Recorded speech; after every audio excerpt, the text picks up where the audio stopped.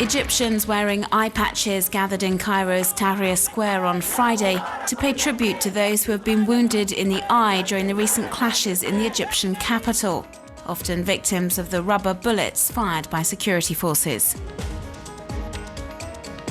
One police officer accused of firing at protesters' faces turned himself into the authorities on Wednesday.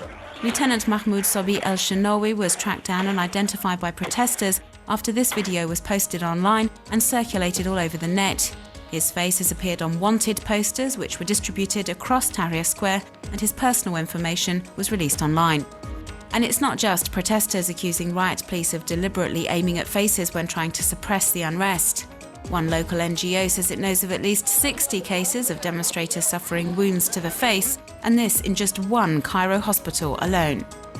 Some have been blinded. 31-year-old dentist Ahmad Harara has become the latest symbol of the struggle for freedom in Egypt.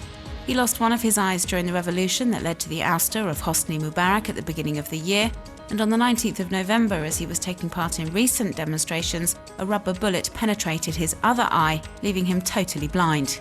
Cyber activists are seeking justice, meanwhile, and appear to be going to great lengths to do so.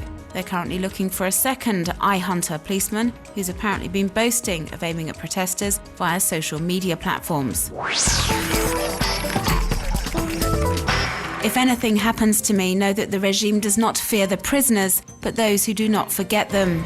This is what cyber activist Razan Ghazawi had said to her friends, and the words have been branded across her blog ever since her arrest on Sunday. According to the Syrian Center for Media and Freedom of Expression, for which she works, the 30-year-old was arrested crossing the Syrian-Jordanian border on her way to Amman, where she was due to attend a conference on media freedom in the Arab world. Fellow activists and web users, fearful she will be submitted to torture, have been quick to rally support via social networks demanding her freedom.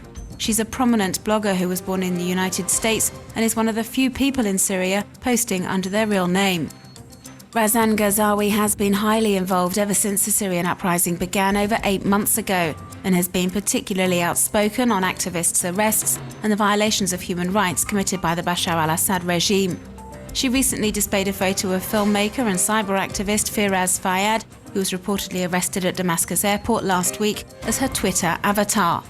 As requested by the blogger, should she be put in jail, her friends are updating her Twitter thread on a regular basis.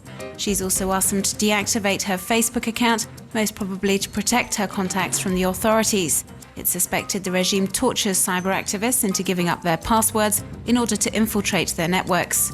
Razan Ghazawi's arrest illustrates all too well the dangers faced by Syrian web users campaigning against the regime.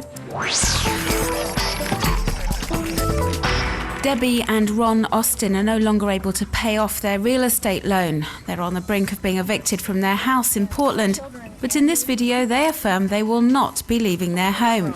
They're staying put, and they've got the Occupy movement to back them up. On Tuesday, Occupy activists from all over the United States took part in demonstrations against home seizures, making their way to foreclosed properties and houses which have remained vacant since being taken over by financial institutions. In New York, the Occupy Wall Street protesters took over a house in Brooklyn, which had been empty for the past 3 years.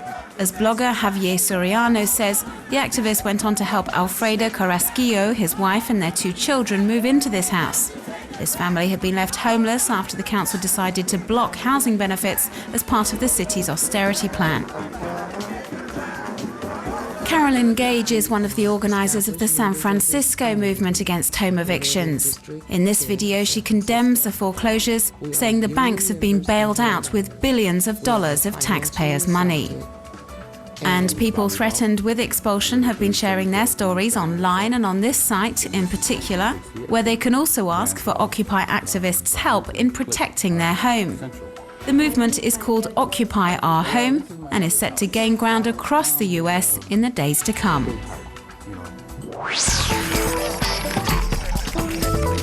In this video, Canadian ski freestyle champion JP Auclair gives us an impressive display of skiing within an urban environment.